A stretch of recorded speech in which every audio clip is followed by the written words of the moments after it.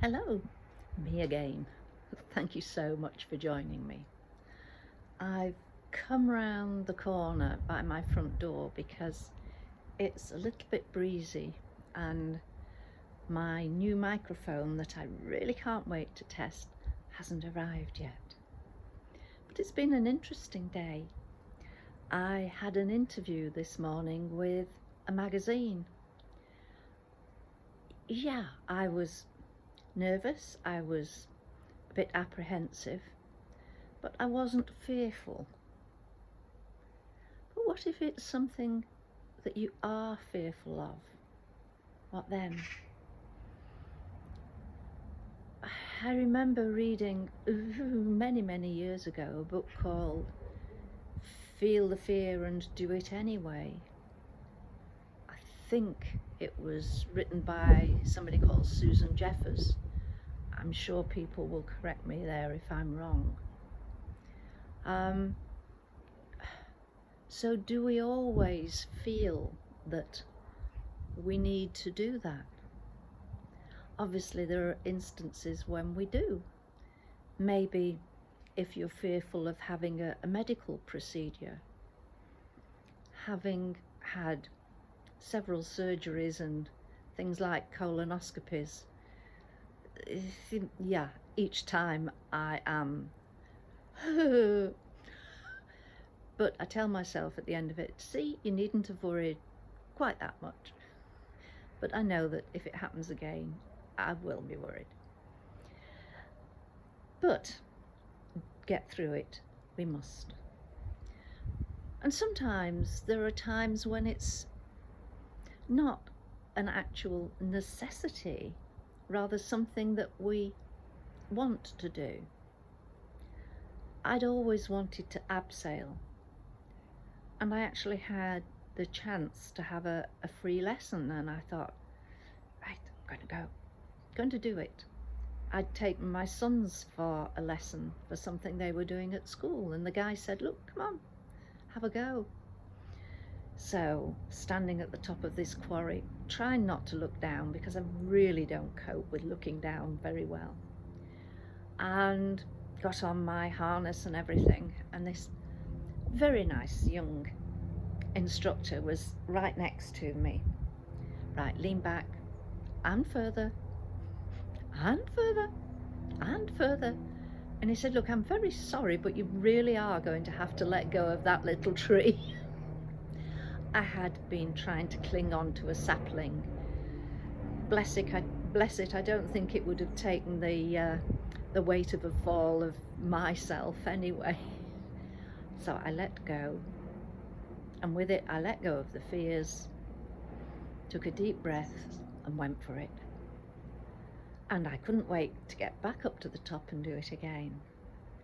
So there are times when it's necessary, there are times when you really want to, but what about times when you don't really need to? And I had one of those times in Disney.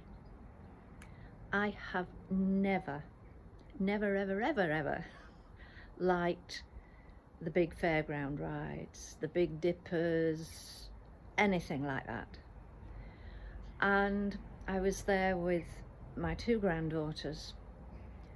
The youngest, it was, I think, her first time, or nearly her first time, on the Space Mountain ride. She'd just reached the height limit. And she said, come on, Grandma. I said, no, I'm not going on there. I'll look after the bags, which was my usual excuse.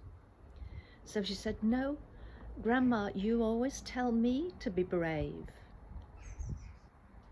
So you need to be brave. Not that she was knowingly piling on the guilt, I don't think, but pile on the guilt it did. She said, I will hold your hand, just like you hold mine. Okay.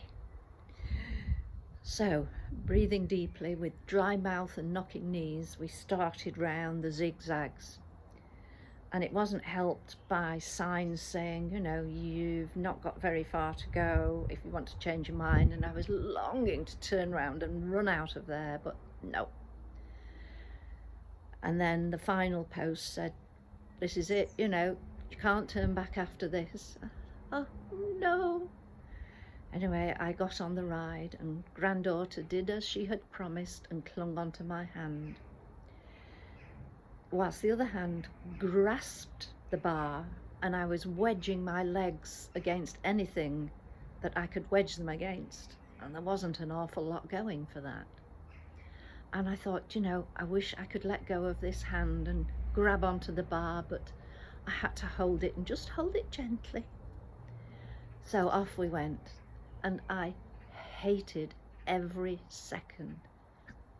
I was petrified every second, and I don't find being frightened an exciting experience.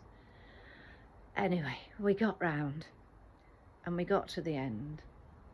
And you've heard of the flight, fight or freeze situation. Well, I'd felt like fleeing on the way, but when we reached the end, I froze.